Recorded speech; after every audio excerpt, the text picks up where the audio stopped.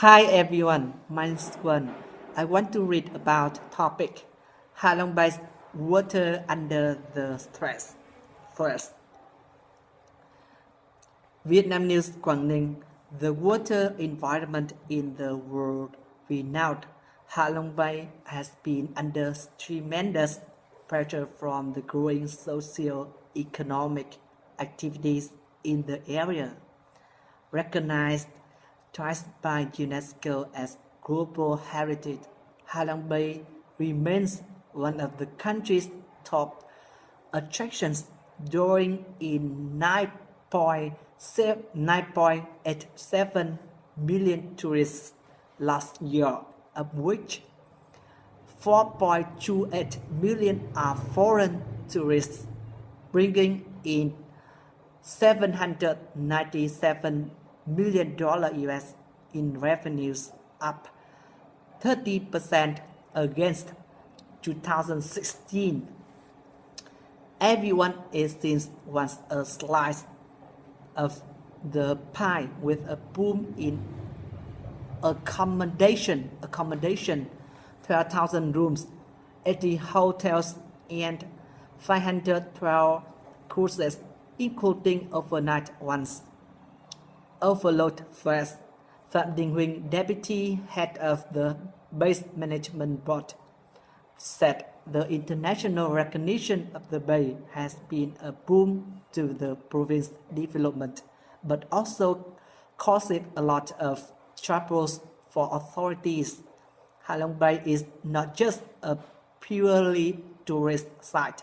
Several vital socio-economic activities make use of the bay. Marine transport route cuts through the bay to move goods from Cái Lân Port to Hải Phòng Port and others. Aquaculture activities on the water surface. In addition to rapid expansion of the coastal urban areas, including the planned development of the Special Economic Zone Vân Đồn. Đặng Văn Bài, Vice Chairman of the Vietnam's Heritage Association, shared his concerns over whether the understaffed management board could be capable of overseeing the 438 square kilometer heritage area with 788 islands of various sizes. The issue of wastewater involves many stakeholders coming from different places, discharging different types of wastewater, coal mining, operations of fishing vessels, operations of hotels or restaurants. Therefore, any unilateral action plan would not be effective, stressed Jack Banner, Program Coordinator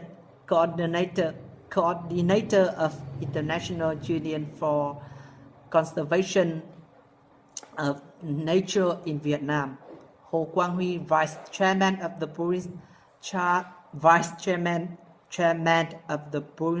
Provincial People's Committee, acknowledged that the future of Bay depends on commitments to particular measures to safeguard its environment.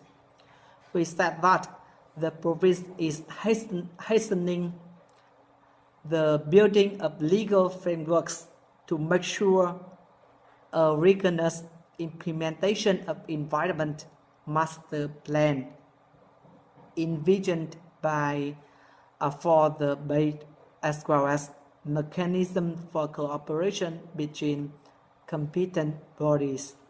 The role of community-based campaigns conducted by both the state organizations like Youth Union, Women's Association, as well as civil societies are also underlined, with specific activities such as awareness raising campaigns, held cross schools in the area or cleanup operations on the beach and over the waters. We also said that in the future the authorities will need to hold comprehensive water quality monitoring more frequently, at least once every 3 months, as well as more announced inspections to timely prevent violations. Cruises with water.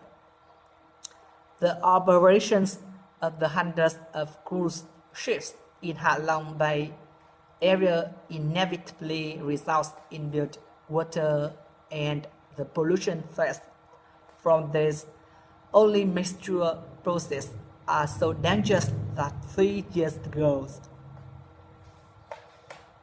the province has ordered a halt on building any more tourist cruise.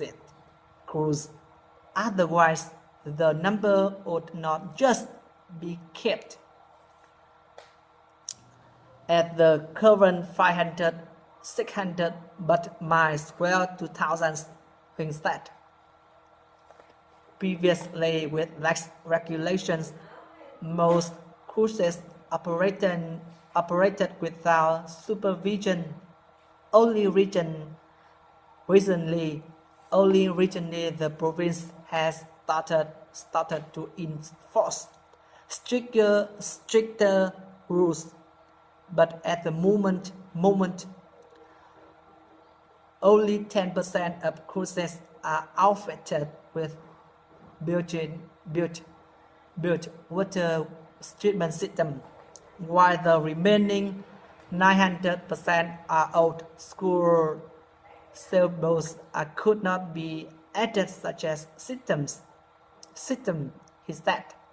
However, even so, according to IUCN, with experts estimating the daily wastewater discharge from cruises reaching some 502 cubic meter, a treatment system that is capable of handling the total amount of wastewater could cost around $3.1 million for 12 boats for collecting built water, $800,000 for port-based treatment plants,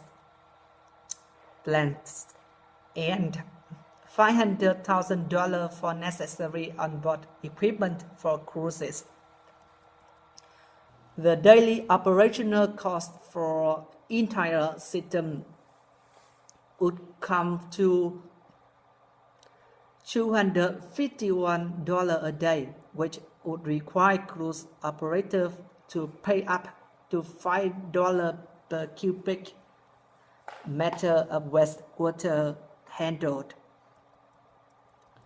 Nguyễn Duy Phú, chairman of Pelican's luxury cruise company, said they have studied IUCN's figures and concluded that the actual number of ships needed to collect built water from all cruises operational in the bay would be at least 5 times higher than the suggested figure, which would mean the total investment needed for wastewater treatment would rocket to dozens million dollars. Fu also shared the Bay Management Board's position that despite various efforts and programs by province, is not enough and would never be enough if we only rely on state resources. Đỗ Văn Hà, director of Ha Long GSC, said the tourist companies are willing to cooperate with authorities to design the wastewater treatment system in the bay.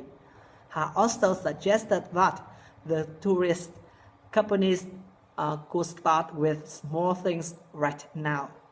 For example, switching the use of biopolymer packaging as well as cooperation with local people to collect and recycle plastic waste.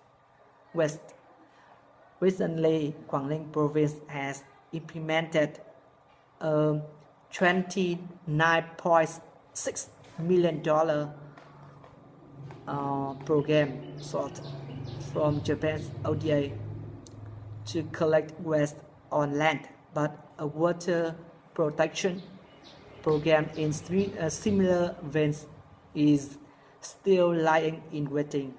When Vietnam is preparing documents to seek the third recognition of Halong Bay as the World Heritage Site from UNESCO, it's highly important that the water resources in the area is put under tighter control.